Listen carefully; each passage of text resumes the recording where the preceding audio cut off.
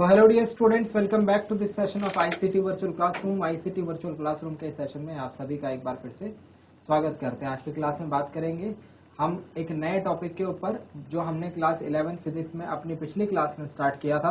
आज हम इस टॉपिक के बारे में कुछ और नई बातें देखेंगे। हम बात कर रहे हैं आपके बुक के chapter motion in one dimension, kinematics के अंदर ही आता है मोशन इन वन डायमेंशन। इसके ऊपर हमको आज की क्लास में बात करनी है। अब तक हमने क्या क्या देख लिया, दूरी विस्थापन को हमने समझ लिया है, ठीक है। आज भी हम ऐसे ही एक टॉपिक के ऊपर चर्चा करेंगे जो कि इतना ही इंटरेस्टिंग है। आज हम बात करेंगे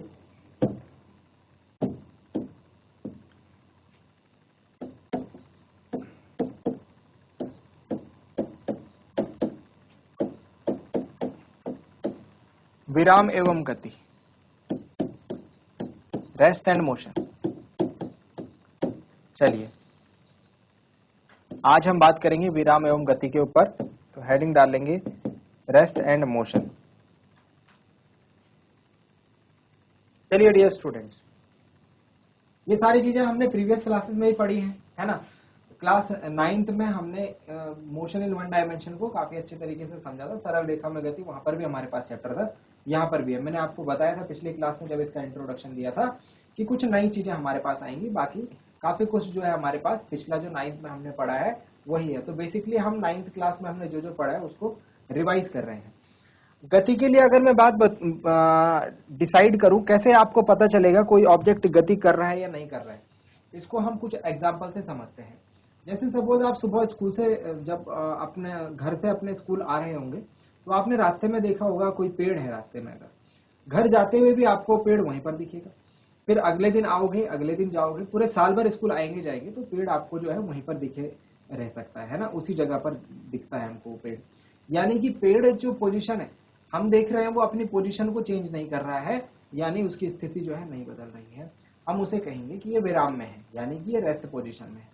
वहीं दूसरी तरफ अगर आप जब स्कूल से घर आ रहे थे या फिर घर से स्कूल आ रहे थे, अगर आपको रास्ते में कोई जानवर दिखा, कोई गाय दिखी, और घर जाने के बाद अगले दिन आप उस गाय को वहां पर नहीं देखेंगे, वो गाय हो सकता है कहीं और हो। तो इसका क्या मतलब है कि कुछ चीजें ऐसी हैं जो अपनी पोजीशन को चेंज कर लेती हैं विद रिस्पेक्ट टू टाइम। इनको हम कहते हैं कि ये ऑब्जेक्ट क्या है, गति में है। तो जो हमको दिखे कि समय के सापेक्ष जिसने अपनी पोजीशन चेंज कर ली है वो तो हमको कैसे दिखता है, वो हमको मोशन में दिखता है। और जिसने अपनी पोजीशन चेंज नहीं करी है, टाइम बीतने के बाद भी वो वहीं पर है, मतलब कि वो रेस्ट में है, यानी विराम में है। तो विराम और रेस्ट, विराम और गति के बारे में हमारे पास जो विचार है वो कुछ इस प्रकार से है। रेस्ट यानी विराम कब कहेंगे, जब कोई वस्तु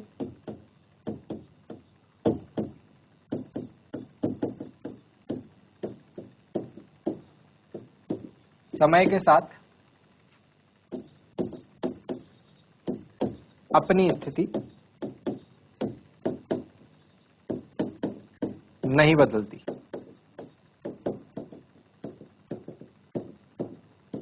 तो उसको क्या कहते हैं हम, वो वस्तु विराम की अवस्था में कही जाती है। वहीं दूसरी तरफ गति यानी मोशन, मोशन कब कहेंगे, जब कोई वस्तु समय के साथ अपनी स्थिति यानी कि अपनी पोजीशन में परिवर्तन करे, तो वस्तु को गति में कहा जाता है, यहाँ पर वस्तु को विराम में कहा जाता है। ये तो हो गई पिछली क्लास की बात जो हमने प्रीवियस क्लासेस में देखा था। अब यहाँ पर एक ट्विस्ट आता है, हमारा जो बात हम डिसाइड कर रहे हैं वो थोड़ा सी चेंज कैसे हो जाती है, देखिए जरा ध्यान से। इसी चीज को मैं आपको एक एग्जाम्पल के थ्रू समझाता हूं। मानिए कि ये हमारी पृथ्वी है, माना कि ये हमारी क्या है, पृथ्वी है। चलिए इस पर हम ग्रीन कलर कर देते हैं, है ना। चलिए या ब्लू कलर कर देते हैं, है ना। ये क्या है, ये हमारी अर्थ है, पृथ्वी है। ये अर्थ के ऊपर क्या है, अर्थ के ऊपर हम लोग खड़े हैं, यहाँ पर पृथ्वी की सतह पर हम लोग खड़े हैं, है ना। बड़े ध्यान से समझिएगा, इस एग्जांपल से आपको समझ में आएगा कि हम क्या चीज नई ऐड करेंगे इसमें। अच्छा, एक और चीज है, यहाँ पर हमको देखने को मिलता है एक टावर। ये हमारे पास में हमको क्या देखने को मिलता है, एक टावर देखने को मिलता है, जो कि क्या होता है, बहुत ऊंचा होता है ना, एक टावर है। ठीक है, ये हम हैं और ये टावर है, मोबाइल का टावर। अब हम क्या देखते हैं, ये टावर जो है, मैंने आज देखा ये टावर इस जगह पर है, मैं कल आया कल देखा कल भी ये टावर इसी जगह पर, परसों आया परसों देखा ये टावर इसी जगह पर। मतलब मैं क्या कहूंगा कि समय के साथ इस टावर ने अपनी स्थिति नहीं बदली है, अपनी पोजीशन चेंज नहीं करी। मतलब position is still the same with respect to time. समय के सापेक्ष इस वस्तु की स्थिति जो है वो समान है, वो बदल नहीं रही है। तो आप कहेंगे कि सर ये टावर को मैं कहूंगा ये टावर जो है रेस्ट में है, यानी कि विराम में है, ये चल फिर नहीं रहा। क्योंकि मैंने कल भी देखा था, कल भी यहीं पर था, आज भी देख रहा हूं तो आज भी यहीं पर है। हमने कहा ठीक है, मैं क्या करा, मैं आपको लेकर के गया, आपको मैंने उठाया और आपको मैं लेकर के दूर चला गया। कहां चला गया, आपको लेकर के गया मैं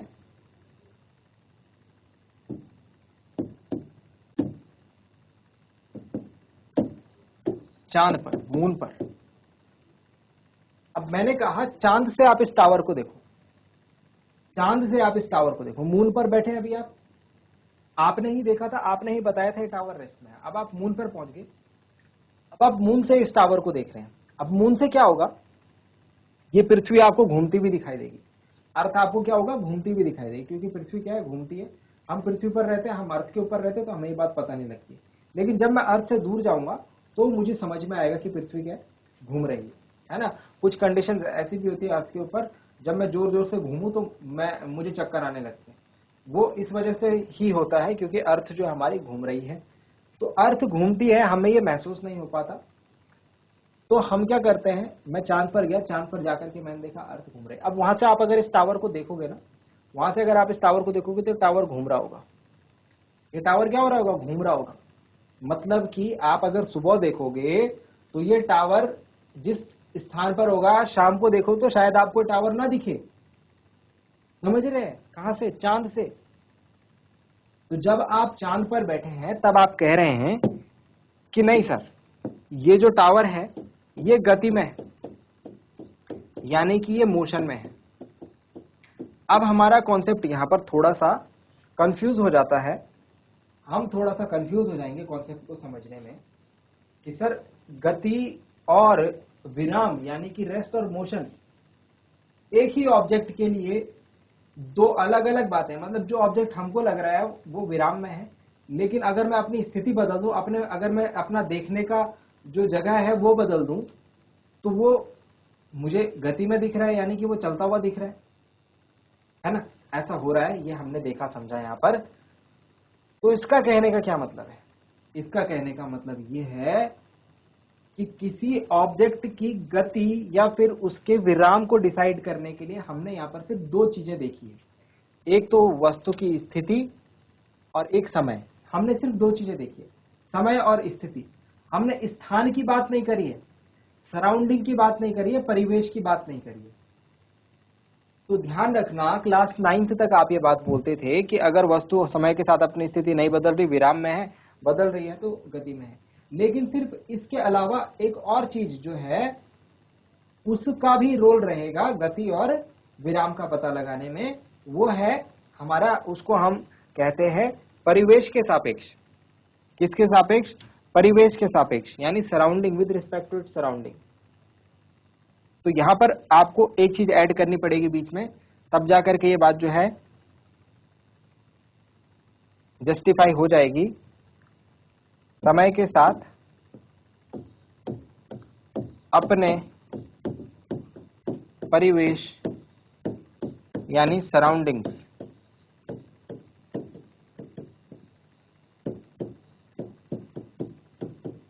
के सापेक्ष, अपने सराउंडिंग के सापेक्ष अपनी स्थिति नहीं बदलती, तो वो रेस्ट में कहलाएगी।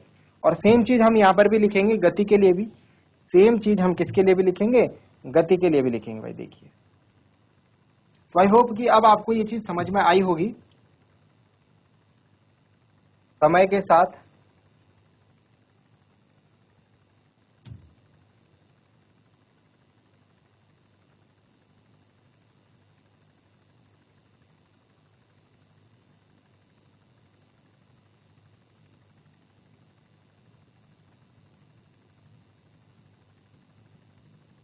और अपने परिवेश के सापेक्ष ये। अब जाकर के डेफिनेशन जो है हम जस्टिफाई कर सकते हैं। तो गति और विराम दोनों जो हैं ये अलग अलग बातें हैं, लेकिन गति और विराम को निर्धारित करने के लिए हमको तीन चीजें देखनी होंगी, दो नहीं तीन चीजें देखनी होंगी। वो चीजें क्या क्या है? पहली चीज है हमारा स्थिति वेश, यानी कि सराउंडिंग्स भी देखनी होंगी। सराउंडिंग से भी हमको फर्क पड़ेगा, सराउंडिंग से भी फर्क पड़ेगा किसी वस्तु की गति या विराम का निर्धारण करने में। जल्दी से नोट डाउन करेंगे। चलिए, तो यहां पर हमारे पास एक टर्म आता है, एक नया टर्म आता है जिसको हम कहते हैं frame of reference. Frame of reference यानी कि निर्देश तंत्र। निर्देश तंत्र में क्या होता है? निर्देश तंत्र में क्या होता है लिखेंगे। फ्रेम ऑफ रेफरेंस क्या होता है, निर्देश तंत्र क्या होता है। हिंदी इंग्लिश दोनों में लिख रहा हूं। Frame of reference of a system. Frame of reference of a system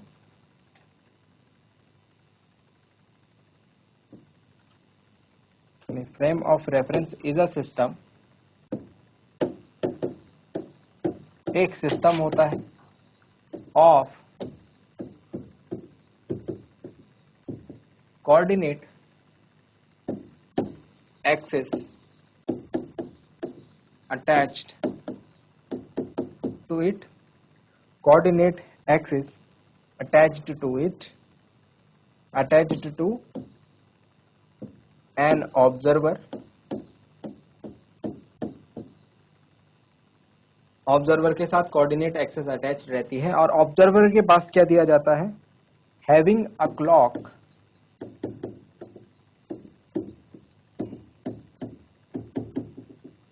with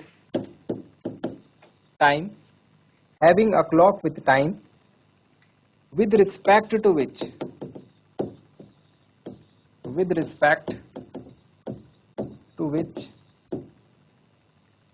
the observer can describe position।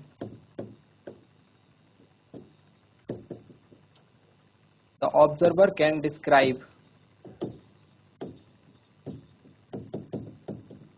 position, displacement,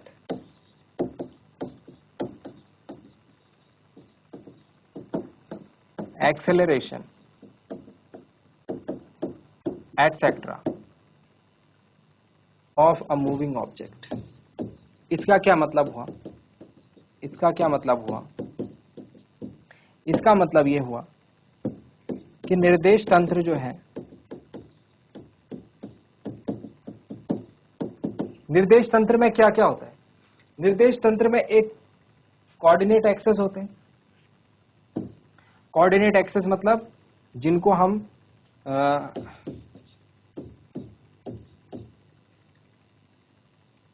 x Y Z से डिनोट करते हैं, है ना। तो इसमें क्या बोलते हैं? ज्यामितीय अक्ष बोलते हैं। इसके अलावा एक ऑब्जर्वर होता है, यानी प्रेक्षक होता है। प्रेक्षक के पास क्या रहती है? घड़ी रहती है। घड़ी क्या काम करती है? इससे क्या पता, ये चीजें होती है, इससे क्या पता लगाया जा सकता है? जिससे हम किसी ऑब्जेक्ट के पोजीशन यानी स्थिति, उसकी दूरी, उसके विस्थापन, उसके त्वरण आदि का पता लगा सकते हैं। समझ में आया? देखिए, निर्देश तंत्र में क्या होगा? इस तरीके से कोऑर्डिनेट एक्सेस होंगे, ठीक है। इसमें एक प्रेक्षक होगा, एक क्या होगा? प्रेक्षक होगा।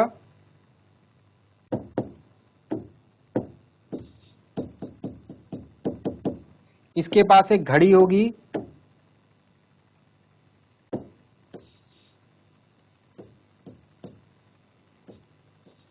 एक क्या होगी, घड़ी होगी। इसके अलावा ये क्या पता लगाएगा, इस घड़ी को देख करके इस निर्देशांक अक्ष में पता लगाएगा कि किसी वस्तु की स्थिति, दूरी, विस्थापन क्या वो परिवर्तित हो रहे हैं या नहीं हो रहे हैं। बेसिकली मैंने अभी आपको ये समझाया कि किसी भी वस्तु के लिए ये बताने के लिए कि वो गति में है या फिर विराम में है, हमको क्या चीज की आवश्यकता होती है, तीन चीजों की, समय, स्थिति और क्या, और परिवेश की यानी सराउंडिंग की। तो यहाँ पर ये जो कोऑर्डिनेट एक्सेस है ये सराउंडिंग का काम कर रहे हैं। समय देखने के लिए ये घड़ी है और स्थिति का पता कौन लगाएगा, ये ऑब्जर्वर लगाएगा। तो तीनों चीजें यहाँ पर हैं। एक किसी ऑब्जेक्ट की बेसिकली गति और विराम पता लगाने के लिए हम निर्देश तंत्र का प्रयोग करते हैं, क्योंकि अगर आपके पास निर्देश तंत्र नहीं डिफाइन होगा, अगर फ्रेम ऑफ रेफरेंस नहीं डिफाइन होगा, तो ये वाली कंडीशन आ जाएगी। अगर मैं आपसे पूछूंगा ये टावर कैसा है, तो आप कंफ्यूज हो जाएंगे, मैं रेस्ट बोलूं या गति बोलूं। तो उसके लिए मुझे आपको क्या करना पड़ेगा, एक फ्रेम ऑफ रेफरेंस देना पड़ेगा। आप किस जगह पर से इस मोशन को देख रहे हो, है ना, तो वो निर्देश तंत्र मुझे आपको बताना पड़ेगा। जब बताऊंगा तब जाकर के आप मुझे बताओगे कि ये टावर गति में है या विराम में है। ठीक है, ऐसे ही मैंने यहाँ पर ये चीज फ्रेम ऑफ रेफरेंस में ये मैंने स्टैंडर्ड डेफिनेशन लिखी है, जो बुक की परिभाषा है वो लिखी है। इसका मतलब वही है जो हमने अभी थोड़ा देर पहले समझा कि किसी ऑब्जेक्ट का ये डिसाइड करने के लिए कि वो गति में है या विराम में है, हमको तीन चीजों की जरूरत पड़ती है, समय, स्थिति और परिवेश यानी कि सराउंडिंग, एक सिस्टम की जरूरत पड़ती है। तो वो सिस्टम यहाँ पर डिफाइन किया गया है कि कोऑर्डिनेट एक्सेस होंगे, वो सिस्टम, ये ऑब्जर्वर होगा जो स्थिति को बताएगा, पोजीशन को बताएगा, और उसके पास घड़ी होगी जो क्या बताएगी, टाइम बताएगी। तो ये हमारे पास यहाँ पर निर्देश तंत्र की परिभाषा है। इसको आप लिखेंगे और उसके लिए समझने के लिए ऐसे साइड में एक डायग्राम भी बनाएं। इसको समझने के लिए इस तरीके से साइड में क्या करें, ये डायग्राम भी बनाएं और ये लिखना ये प्रेक्षक है, ये प्रेक्षक है, ये ऑब्जर्वर है। चलिए जल्दी से नोट डाउन करेंगे। चलिए, तो ये आपने नोट डाउन कर लिया होगा, ठीक है। चलिए, यहां पर फ्रेम ऑफ रेफरेंस जो है ये दो टाइप के होते हैं, number 1, number 2। Number 1 frame of reference को हम कहते हैं इनर्शियल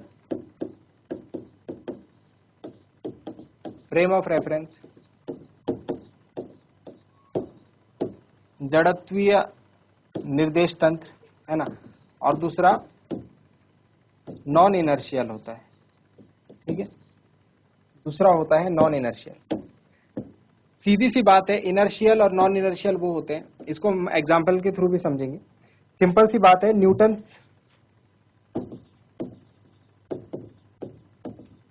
की गति का पहला नियम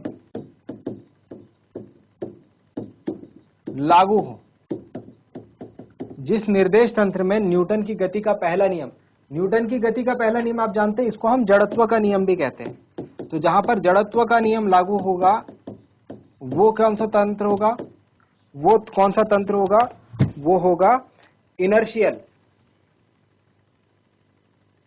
ठीक है। और नॉन इनर्शियल में क्या हो जाएगा, इसका अपोजिट, न्यूटन की गति, न्यूटन का होगा ये, न्यूटन का गति का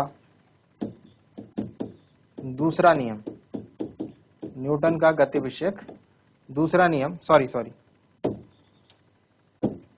पहला नियम लागू ना हो। अब ये कब लागू नहीं होता था भाई, याद करेंगे कब लागू नहीं होता था। न्यूटन के जो लॉ थे उसमें हमने बोला था यूनिफॉर्म वेलोसिटी से ऑब्जेक्ट चल रहा है, यूनिफॉर्म वेलोसिटी याद आ रहा है आपको, एक पत्थर गिर रहा है ऊपर से नीचे तो यूनिफॉर्म वेलोसिटी, यूनिफॉर्म एक्सेलरेशन। अगर कोई वस्तु इस प्रकार से गति कर रही है कि उसकी वेलोसिटी चेंज हो रही है, यानी कि असमान वेग, असमान वेग, असमान वेग से कोई वस्तु चल रही है,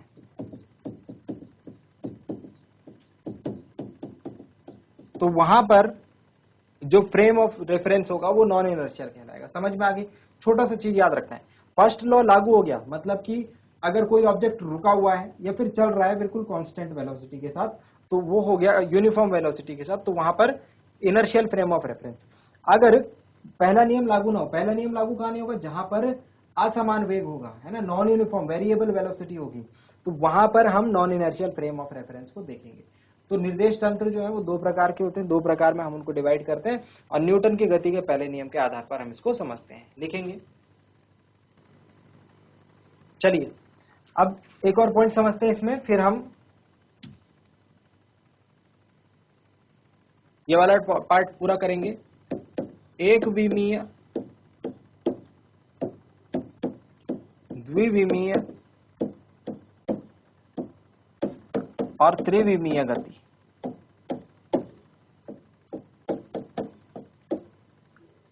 one dimensional, two dimensional and three dimensional motion. देखिए तीन तरीके के मोशन है। अगर कोई ऑब्जेक्ट एक बिल्कुल सीधे रास्ते पर चल रहा है, एक बिल्कुल सीधी सड़क पर कोई कार चल रही है, या फिर सिर्फ एक सीधे रास्ते पर ही कोई ऑब्जेक्ट चल रहा है, यानी कि उस ऑब्जेक्ट का जो मोशन है वो इस सीधे रास्ते से मैं बता सकता हूं, ये ठीक है, और वो ऑब्जेक्ट जो है इस सीधे रास्ते पर चल रहा है, तो इस ऑब्जेक्ट के मोशन को हम कहेंगे एक विमीय गति। एक विमीय गति क्यों? क्योंकि ये एक ही डायरेक्शन में चल रहा है, वन डायमेंशनल मोशन। ध्यान से सुनेंगे। अच्छा, कोई ऑब्जेक्ट जो है ऐसे भी चल सकता है, ऐसे भी चल सकता है, ऐसे भी चल सकता है, ऐसे, जैसे चींटी। अगर मैं इस बोर्ड के ऊपर चींटी रख दूं, यहां पर एक चींटी आ जाए, तो वो क्या हो सकती है? वो ये तो ऐसे चल सकती है, ये तो ऐसे चल सकती है, मतलब वो ऐसे ऐसे ऐसे कहीं भी चलेगी, पर इसी तल के ऊपर चल सकती है वो, मतलब वो लंबाई में भी चल सकती है, चौड़ाई में भी चल सकती है। तो यहाँ पर दो विमाएं जो है हमको देखने को मिल रही है। तो यहाँ पर हमने क्या देखा इस वाले केस में कि एक तो वो ऊपर भी जा सकती है, ऊपर की डायरेक्शन, ऊपर जाना चाहे तो ऊपर जाए, सामने की तरफ जाना चाहे तो सामने की तरफ जाए। तो यहाँ पर हम क्या देख रहे हैं? यहाँ पर दो विमाएं जो हैं, दो विमीय गति हमको देखने को मिल रही है, यानी लंबाई और चौड़ाई। तो जो चींटी होगी वो इधर भी जा सकती है, इधर भी जा सकती है, और ऐसे टेढ़े मेढ़े कहीं भी जा सकती है, मतलब कि लंबाई और चौड़ाई इसकी पूरी कवर कर सकती है वो चींटी। तो इसीलिए उसकी गति क्या कहलाई जाएगी? उसकी जो गति कहलाई जाएगी वो कहलाई जाएगी द्विविमीय गति, यानी कि टू डायमेंशनल मोशन। ठीक है। अब थर्ड एग्जांपल देखिए। थर्ड एग्जांपल में क्या है कि इस तरीके से लंबाई में भी जा सकता है कोई ऑब्जेक्ट, है ना, लेंथ भी कवर कर सकता है, ब्रेड्थ भी मेजर कर सकता है, चौड़ाई में भी जा सकता है, और इस तरीके से वो ऊंचाई में भी जा सकता है। मतलब आपके कमरे में एक मक्खी आ गई तो मक्खी ऐसे ऐसे ऐसे ऐसे कहीं भी घूम सकती है, इस तरीके से पूरे कमरे में कहीं भी घूम सकती है। तो तीनों विमाओं में वो मक्खी जो है गति कर सकती है। या एक मधुमक्खी आ जाए, तो इस तरीके से हम देखते हैं कि तीन अक्ष यहाँ पर इन्वॉल्व रहेंगे और इसको हम कहेंगे त्रिविमीय गति। ठीक है, मैंने एग्जाम्पल दे दिया, एग्जाम्पल से याद रखेंगे भाई, एग्जाम्पल से क्या करेंगे? याद रखेंगे। अगर एक सीधी सड़क पर, एक सीधे रास्ते पर कोई गाड़ी चल रही है तो वो वन डायमेंशनल। अगर कोई चींटी आ जाए कमरे में तो वो टू डायमेंशनल। अगर कोई मक्खी आ जाए, मधुमक्खी आ जाए कमरे में तो वो थ्री डायमेंशनल। ठीक है, तो इस तरीके से हम एक विमीय, द्विविमीय, त्रिविमीय गति पढ़ते हैं। हम आगे के टॉपिक में ये एक विमीय गति के ऊपर बात करेंगे, motion in a straight line, motion in one dimension के ऊपर बात करेंगे। ये हम नहीं बात करेंगे इनके ऊपर आगे आने वाली क्लासेस में। तो आज के लिए इतना ही। उम्मीद करते हैं आज की क्लास में आपको जो बातें बताई गई वो समझ में आई होंगी, इंटरेस्टिंग लगी होंगी और कुछ नया सीखने को जरूर मिला होगा। साथ ही साथ ये भी उम्मीद करता हूँ घर से आप इन चीजों को एक बार रिवाइज करके जरूर लाएंगे। अगली क्लास में मिलेंगे ऐसे ही किसी इंपॉर्टेंट और इंटरेस्टिंग टॉपिक के साथ। क्लास से जुड़े रहने के लिए आप सभी का बहुत बहुत धन्यवाद। Thank you very much and have a nice day.